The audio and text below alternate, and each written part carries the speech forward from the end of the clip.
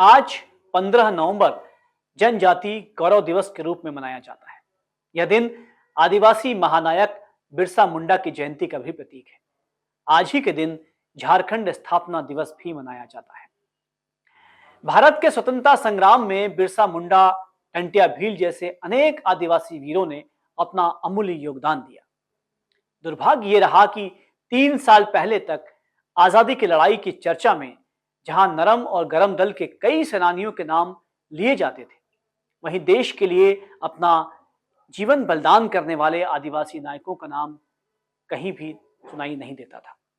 लेकिन बीजेपी सरकार ने बिरसा मुंडा, टंट्या भील जैसे वीरों को राष्ट्रीय स्तर पर सम्मान देने का कदम उठाया और जनजाति गौरव दिवस घोषित कर उनकी विरासत को भारतीय परंपरा से जोड़ने का काम किया।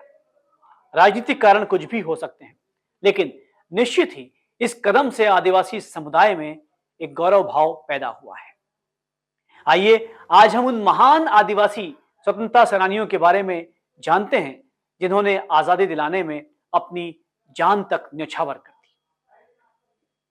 बिरसा मुंडा, जिनकी आज जयंती भी है, उल गुलान के महानायक के रूप में जाने जाते हैं।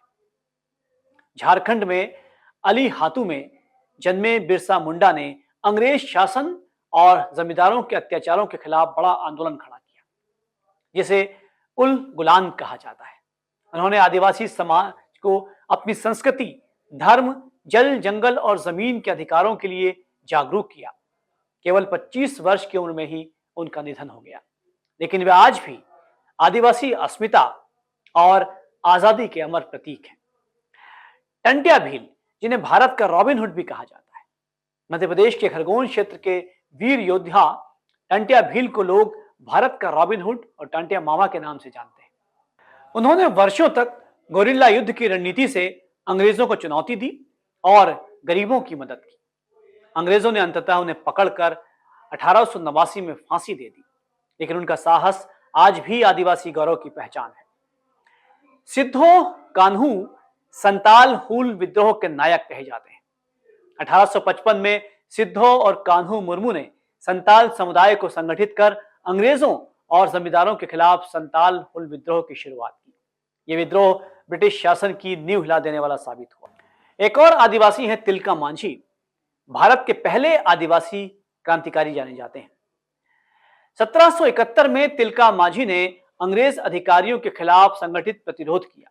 उन्हें पेड़ से बांधकर फांसी दे दी गई, लेकिन उनकी वीरता ने आने वाली पीढ़ियों को स्वतंत्रता की लड़ाई के लिए प्रेरित किया। एक और महत्वपूर्ण नाम है रानी दुर्गावती, जिन्हें गोंडवाना की शूरवीर रानी पुकारा जाता है। गोंडवाना की वीरांगना रानी दुर्गावती ने मुगलों से सीधे युद्ध किया।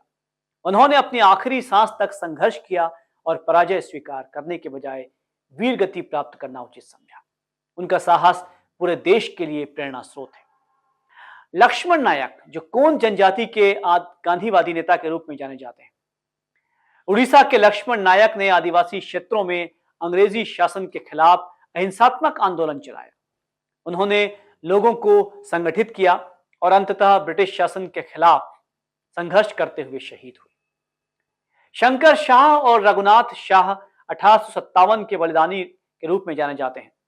गोंडवाना के ये दोनों वीर 1857 की क्रांति में अंग्रेजों के विरुद्ध डट कर खड़े रहे।